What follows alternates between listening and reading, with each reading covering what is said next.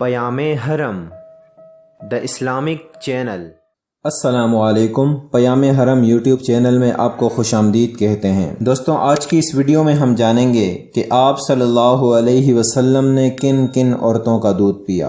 ولادت باسعادت کے بعد 3-4 روز تک آپ کی والدہ ماجدہ نے آپ صلی اللہ علیہ وسلم کو دودھ پلایا۔ پھر آپ صلی اللہ علیہ وسلم کے چچا ابو لہب کی آزاد کردہ کنیز سویبہ نے آپ کو دودھ پلایا۔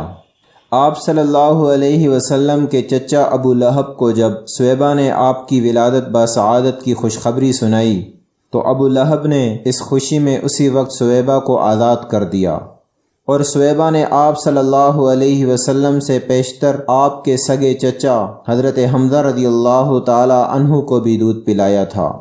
اسی لیے حضرت حمزہ رضی اللہ تعالی عنہ آپ صلی اللہ علیہ وسلم کے رضائی بھائی ہیں، اور آپ کے بعد سویبہ نے ابو سلمہ کو دودھ پلایا۔ سویبہ کے اسلام میں علماء کا اختلاف ہے کہ آیا سویبہ مسلمان ہوئی تھی یا نہیں۔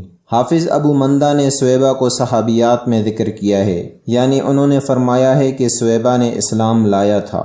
سویبہ کے بعد حلیمہ سعدیہ رضی اللہ تعالی عنہا نے آپ صلی اللہ علیہ وسلم کو دودھ پلایا۔ دوستو، امید کرتا ہوں کہ یہ عنوان آپ کو پسند آیا ہوگا۔